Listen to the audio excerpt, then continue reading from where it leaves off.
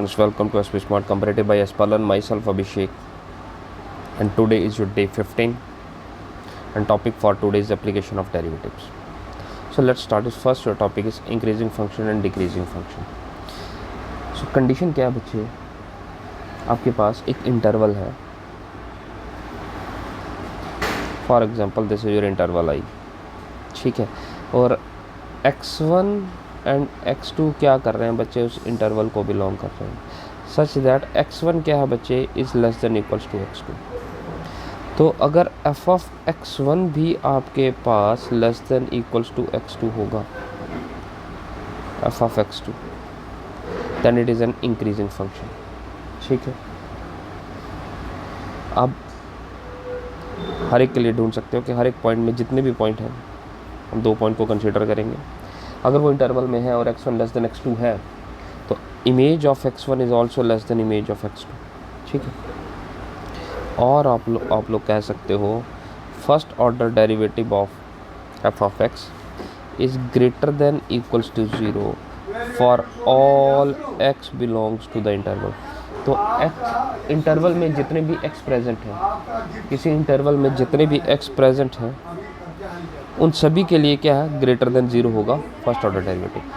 Decreasing function in the same case क्या है बच्चे, अगर x1 और x2 इंटरवल i में प्रेजेंट है और x1 जो है वो less than equals to x2 है, this implies f of x1 क्या होगा, greater than equals to f of x2. यहाँ पे देखिए इंक्रीजिंग फंक्शन में क्या है बच्चे, साइन सेम रहेगा इमेजेस के केस में भी, लेकिन डिक्रीजिंग फंक्शन में क्या है कि अगर एलिमेंट्स आपके पास लेस देन, तो आपके पास फंक्शन क्या बन जाएगा बच्चे, इमेजेस के लिए इनइक्वालिटी चेंज हो जाएगा. ये आपका डिक्रीजिंग फंक्शन है. और first order derivative of the function क्या होगा बच्चे, लेस देन इक्वल्स टू 0 होगा for all x belongs to the interval. ये आपके पास कंडीशन है. स्ट्रिक्टली इंक्रीजिंग क्या आ जाता है बच्चे, यहाँ पर लेस देन इक्वल्स टू है, तो दिस इज स्ट्रिक्टली इंक्रीजिंग. मतलब अगर x1 is less then x2 होगा, तो आपके पास क्या आना चाहिए, f ऑफ x1 भी less than f of x2 होना, इक्वल्स टू साइन नहीं होना चाहिए. और first order derivative of function क्या होना चाहिए, greater than 0 for all x belongs to the interval. Second क्या है, डिक्रीजिंग. स्ट्रिक्टली डिक्रीजिंग के लिए क्या है, डिक्रीजिंग में क्या है, लेस देन इक्वल्स टू, यहाँ सिर्फ लेस देन है बेटा. If x1 is less then x2, आपके पास क्या आना चाहिए, f of x1 is greater then f of x2 होना चाहिए. और आप लोग कह सकते हैं कि फर्स्ट ऑर्डर डेरिवेटिव क्या होगा बच्चे, लेस देन 0 होगा for all x belongs to interval. तो जितने भी x एलिमेंट इंटरवल में प्रेजेंट है उनके लिए फर्स्ट ऑर्डर डेरिवेटिव क्या होगा, लेस देन 0 होगा. अगर तो आपके पास वो स्ट्रिक्टली डिक्रीजिंग. ठीक है, चेक हम इन्हीं से करेंगे. जब भी हमें डिक्रीजिंग फंक्शन का वैल्यू फाइंड आउट करना है, ये फंक्शन डिक्रीजिंग है या इंक्रीजिंग है, तो हम लोग यही कंडीशन से वेरीफाई करते हैं बेटा. ठीक है बेटा. नेक्स्ट आ जाएगा बच्चे minimum value, maximum value and extreme points. अब इससे पहले इनके ग्राफ भी देख लीजिए. इंक्रीजिंग फंक्शन क्या है बच्चे, कि आपके पास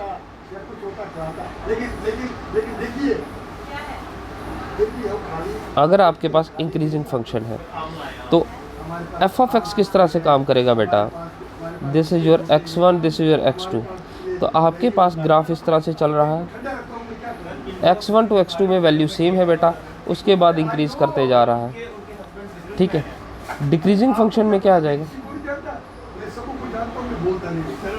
तो जैसे x2 का वैल्यू x3 पे आया, x2 से वैल्यू x3 में इंक्रीज कर रहा है, तो y का वैल्यू भी बच्चे इंक्रीज करता जा रहा है. वैसे ही डिक्रीजिंग फंक्शन क्या है बेटा, कि अगर x1 to x2 value constant है, लेकिन x2 से x3 जब वैल्यू जा रहा है बच्चे, तो वैल्यू x का इंक्रीज कर रहा है लेकिन y का वैल्यू डिक्रीज करता जा रहा है. This is your decreasing function. लेकिन यहाँ पे कुछ कंडीशन पे वैल्यू x1 और x2 का सेम भी है उस इंटरवल में. इंक्रीजिंग फंक्शन कंप्लीट क्या आ गया बच्चे, कि increasing function strictly increasing condition क्या है, कि अगर आपके पास x का वैल्यू इंक्रीज़ कर रहा है तो इनके इमेजेस का वैल्यू भी इंक्रीज़ करते जाना चाहिए. और स्ट्रिक्टली डिक्रीजिंग फंक्शन क्या है बच्चे, कि अगर x1 लेस देन x2 है तो इमेजेस आपके पास टाइम के साथ कम होता जाएगा।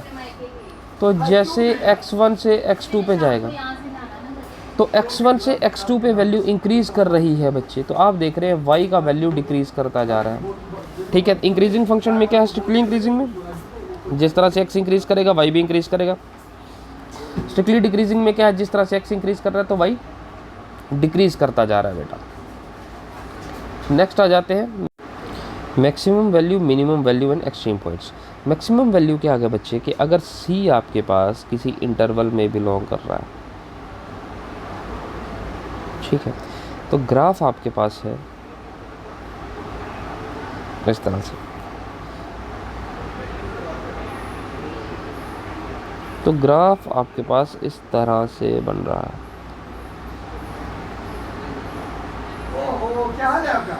तो हुआ क्या कि यहाँ पे ये फॉर एग्जांपल A है, ये फॉर एग्जांपल B पॉइंट है और ये फॉर एग्जांपल C है। तो यहाँ पर जो वैल्यू है ये बच्चे f ऑफ A है, y का वैल्यू।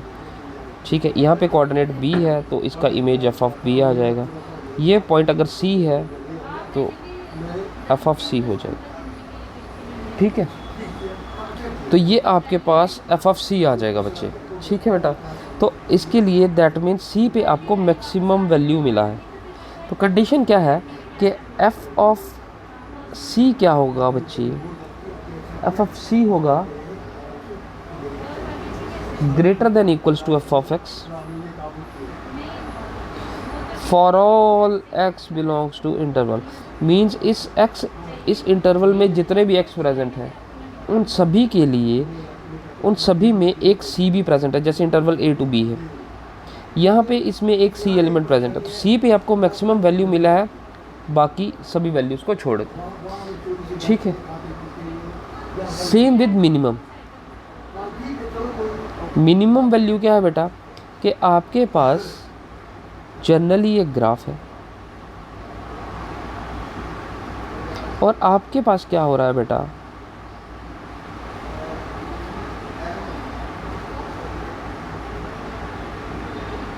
A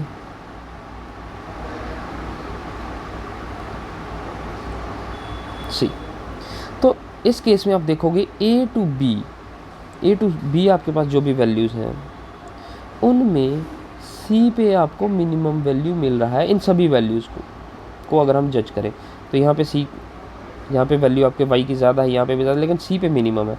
तो यहाँ पे क्या होगा, f ऑफ C जो होगा वो सबसे मिनिमम वैल्यू लेगा for all x belongs to the interval. और एक्सट्रीम पॉइंट्स क्या आ जाते हैं बच्चे, एक्सट्रीम पॉइंट्स हैं कि अगर आपके पास एक ग्राफ है और आपके पास एंड पॉइंट्स पे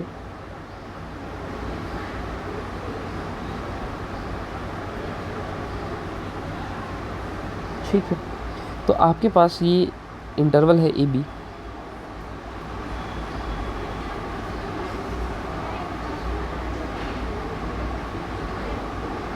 तो यहाँ एंड पॉइंट पे यहाँ तो मिनिमम वैल्यू मिल रही है, मैक्सिमम वैल्यू मिल रही है।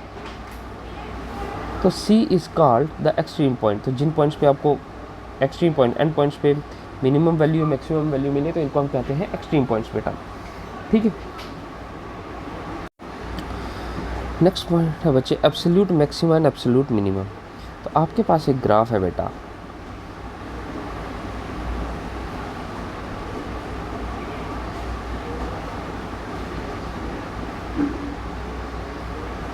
ठीक है, ग्राफ इस तरह से,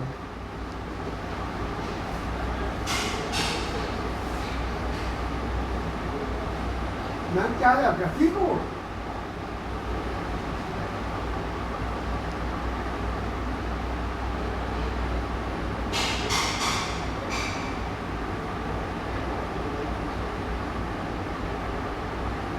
ठीक है। अब यहाँ पर एक पॉइंट है, आपको एक वैल्यू मिल रहा है,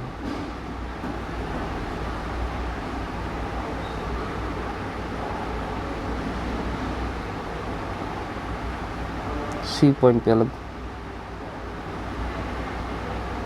क्या हो रहा है, ए एक्स एक्सिस पे जब पॉइंट ए है, ए पे भी आपका कोई वैल्यू है, एक्स इक्वल्स टू बी है, तब भी आपको वाई पे कोई वैल्यू मिल रहा है। यहाँ पे एक्स अगर सी है तो सी पे भी आपको कोई वैल्यू मिल रहा है, और एक्स अगर डी है, डी पे भी कोई वैल्यू मिल रहा है, लेकिन वैल्यूज़ अलग अलग है। ए पे आपको हाईएस्ट वैल्यू मिल रहा है और डी पे आपको सबसे कम वैल्यू मिल रहा है भाई। दैट मीन्स ये हमारे पास एब्सोल्यूट मैक्सिमम, और डी पे होगा एब्सोल्यूट मिनिमम।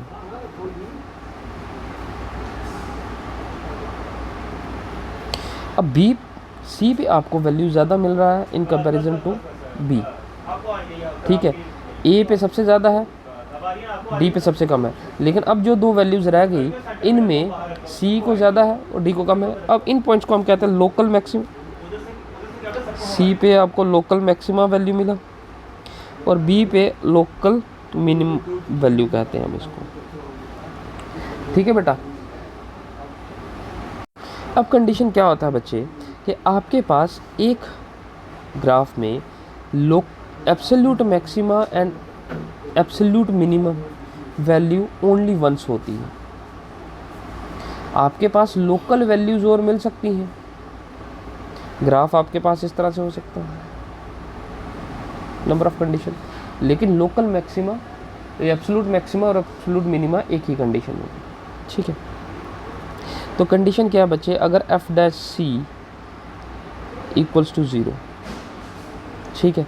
अगर आपने f dash x find out किया बेटा, पहले उसका एफ ऑफ फंक्शन उसका डेरिवेटिव फाइंड आउट किया, फिर उसको इक्वल टू 0 किया, आपने वहाँ से values of c find out किए, क्या किए, वैल्यूज़ ऑफ सी, ठीक है। तो सी है इस इंटरवल के अंदर प्रेजेंट, तो अब क्या होना चाहिए, दैट मीन्स अगर आप सी का वैल्यू फाइंड आउट करोगे तो सी अगर यहाँ पे सब्स्टिट्यूट करोगे तो आपके पास क्या मिलेगा बच्चे, आपको रिजल्ट मिलेंगे 0। तो अब आपको क्या करना है, जब भी आपके पास सी वैल्यूज़ मिल गए कॉन्स्टेंट्स, जब आपने इक्वेशन को सिंप्लीफाई किया तो जो भी रिजल्ट होंगे बच्चे आपके पास, आप उसको एफ़ में सब्स्टिट्यूट करोगे। तो एफ़ जो होगा, एफ़ अटेन करेगा बच्चे absolute maximum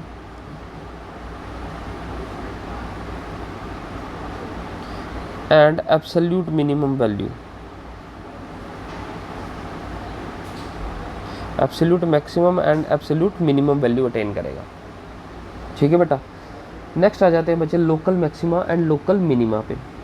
local maxima and local minima क्या है बच्चे, कि आपके पास अब यहाँ पे एक और कंडीशन आती है इन ग्राफ्स में। तो आप इन ग्राफ्स को अगर हाफ हाफ देखें, इसको मैं जूम इन करता हूँ, इस ग्राफ को ध्यान से देखिए, तो क्या हो रहा है, जैसे जैसे यहाँ पे x का वैल्यू इंक्रीज़ कर रहा है y भी इंक्रीज़ करता जा रहा है, लेकिन जैसे जैसे यहाँ पे c के बाद x का वैल्यू इंक्रीज़ कर रहा है तो y का वैल्यू ऊपर से नीचे आ रहा है। तो अगर x का वैल्यू इंक्रीज़ कर रहा है और y भी इंक्रीज़ कर रहा है तो ये होते हैं हमारे पास इंक्रीजिंग फंक्शन, और x इंक्रीज़ कर रहा है और y का वैल्यू डिक्रीज़ कर रहा है तो ये होते हैं डिक्रीजिंग फंक्शन। यहाँ पे देखेंगे x इंक्रीज़ कर रहा है, y डिक्रीज़ कर रहा है, ये है डिक्रीजिंग की कंडीशन। और यहाँ पे x बढ़ता जा रहा है और y का वैल्यू भी इंक्रीज़ करता जा रहा है, तो ये इंक्रीजिंग कंडीशन है,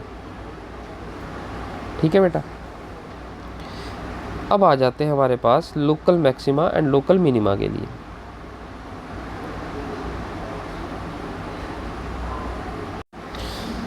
ठीक है, नेक्स्ट है बच्चे लोकल मैक्सिमा। लोकल मैक्सिमा क्या है बेटा, कि C as a local maxima कब कहेंगे, अगर C जो है वो बिलोंग कर रहा है बेटा एक इंटरवल को, और वो इंटरवल है C minus h and C plus H, बहुत ही छोटा सा इंटरवल है, और H अप्रोच कर रहा है बेटा 0 को। तो इस केस में क्या होना चाहिए, f ऑफ C क्या होना चाहिए, greater than equals to f of x for all x belongs to C minus h and C plus h, ठीक है। तो C पे आपको मैक्सिमम वैल्यू मिलना चाहिए। तो अगर मैं आपको इस तरह से कहूँ तो इस पूरे ग्राफ में आपको C पे मैक्सिमम वैल्यू मिलना चाहिए। ग्राफ से ऐसे ही रहा, C पे आपको मैक्सिमम वैल्यू मिल गया, ठीक है, ये आपका इंक्रीजिंग फंक्शन आ गया, ये डिक्रीजिंग फंक्शन आ गया। अब इंक्रीजिंग फंक्शन के लिए हमने किया कि फर्स्ट ऑर्डर डेरिवेटिव क्या होना चाहिए फंक्शन का, F of x greater than 0 होना चाहिए, और डिक्रीजिंग में क्या आ गया, लेस देन 0 होना चाहिए। ठीक है, वैसे ही लोकल मैक्सिमा क्या आ गया कि सी आपके पास बिलोंग कर रहा है c minus h and c plus h interval को, तो एफ ऑफ सी क्या होना चाहिए, less than equals to f of x for all x belongs to c minus h and c plus h. ठीक है, कंडीशन ग्राफ ऐसा ही है। ठीक है, अब टेस्ट जो आपको करना है local maxima and local minima पे, वो क्या है बच्चे कि आपको क्या करना है, ये फर्स्ट ऑर्डर डेरिवेटिव टेस्ट है। फर्स्ट ऑर्डर डेरिवेटिव टेस्ट क्या है बच्चे कि y आपके पास एक फंक्शन दिया गया है, आपको उसका local maxima local minima check करना है, तो आप लोग उसका डेरिवेटिव चेक करोगे। पहले आप इसका f dash x find out करोगे, फिर आप उसको इक्वेट टू 0 करोगे एंड सॉल्व द इक्वेशन।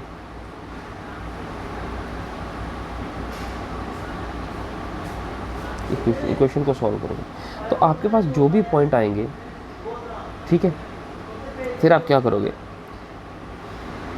उनको सब्स्टिट्यूट करोगे। For example C1 C2 C3 up to so on with the roots of equation आ गए आपके पास, Cn आपके पास रूट्स ऑफ इक्वेशन आ गए, जो भी आपके पास क्वाड्रेटिक होगी क्यूबिक होगी जिस तरह से डेरिवेटिव के बाद फिर आपने इसके रूट्स फाइंड आउट किए, तो अब आ गया आपके पास dy/dx। ठीक है, फिर आप उन वैल्यूज़ को क्या करोगे,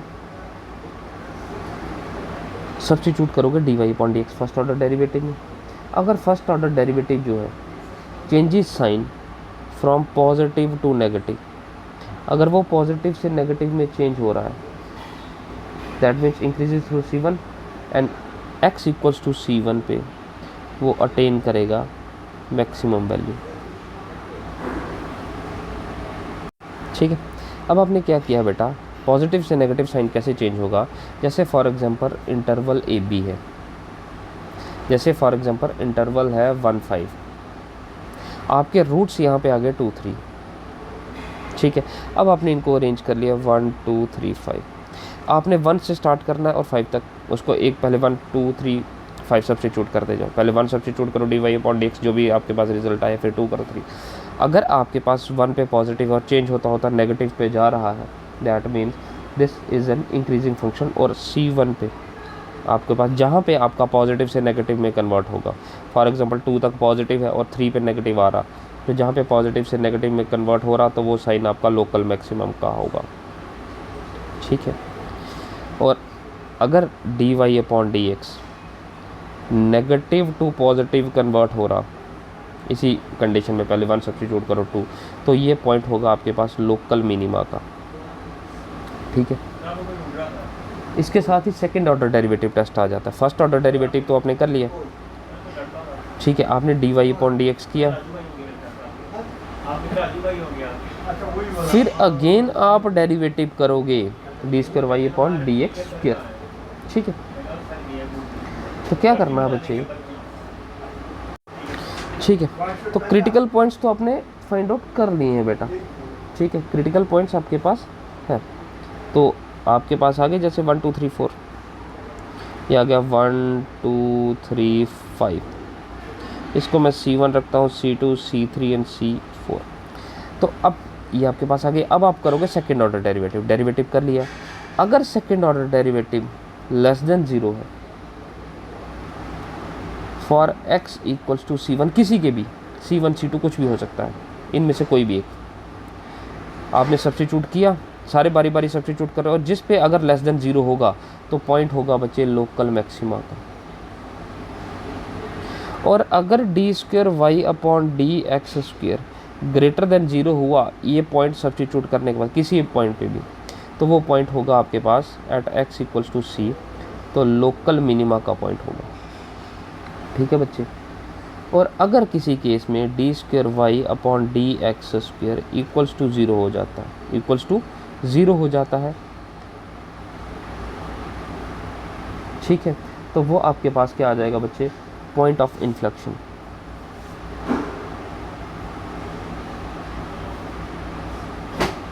क्या हो जाएगा बच्चे, पॉइंट ऑफ इन्फ्लेक्शन कहा जाएगा। तो ये थे आपके पास कुछ टेस्ट, मैक्सिमम मिनिमम लोकल। आपको मेजॉरिटीली लोकल मैक्सिमा और लोकल मिनिमम ही फाइंड आउट करना है, बाकी भी आ जाएंगे। तो चलिए ये आपके पास आपका PDF है। इसके बाद कुछ क्वेश्चंस हैं, हम उनको सिंप्लीफाई कर लेते हैं। जैसे देखिए, find the point of local minima. Question है बच्चे हमारे पास, find the point of local minima at. अब आपको लोकल मिनिमा फाइंड आउट करना है। लोकल मिनिमा की अभी हमने कंडीशन की, लोकल मिनिमा क्या है कि d² y/dx² क्या आना चाहिए, ग्रेटर देन 0 एट x, जो भी आपके पास है। तो d² y/dx² greater than equals to 0 आना चाहिए,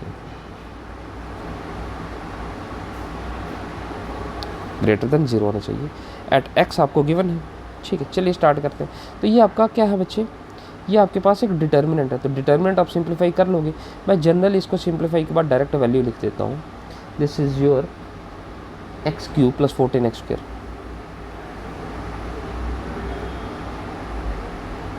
आप इसका फर्स्ट ऑर्डर डेरिवेटिव करेंगे तो कितना आ जाएगा बच्चे, क्योंकि आपको सेकंड ऑर्डर डेरिवेटिव तक जाना है, ठीक है। फर्स्ट ऑर्डर डेरिवेटिव करेंगे तो 3x² + 28x, और सेकंड ऑर्डर डेरिवेटिव करेंगे तो कितना आ जाएगा बच्चे, 6x + 28। अब आपको सॉल्व करने की ज़रूरत भी नहीं है, क्योंकि ये वैल्यूज़ आपको गिवन है, ठीक है। तो आपको इनमें से बताना है किस पे लोकल मिनिमा है।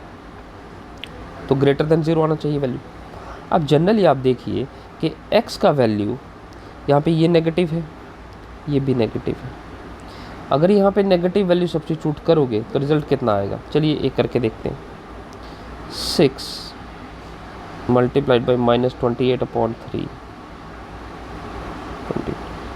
This is second order derivative.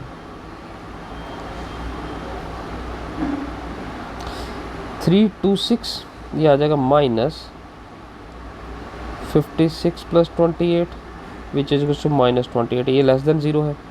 अब -1 सब्स्टिट्यूट कर लिखे, देखिए -1 पे कितना आ जाएगा, 6 × -1 + 28 विच इज 22।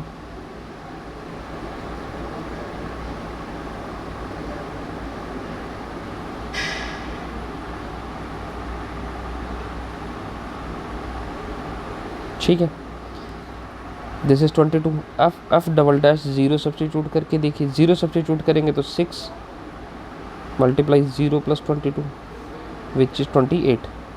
तो दिस इज 28।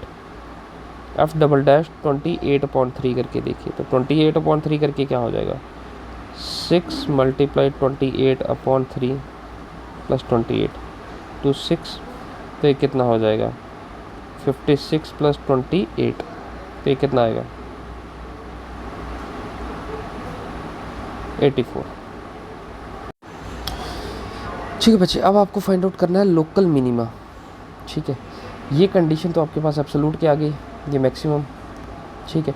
इन दोनों में कंडीशन कौन सी है, लोकल मिनिमा की, ये वाली आ गई, दिस इज 28। तो ये आपके पास लोकल मिनिमा आ गया एट x = 0 पे, ये एक्सट्रीम पे आ गए, ठीक है। ये एब्सोल्यूट के आगे, लोकल के आगे 28। नेक्स्ट देख लेते हैं बच्चे। नेक्स्ट क्वेश्चन है बच्चे हमारे पास, find the maximum value of y। आपको इसका मैक्सिमम वैल्यू फाइंड आउट करना है बच्चे।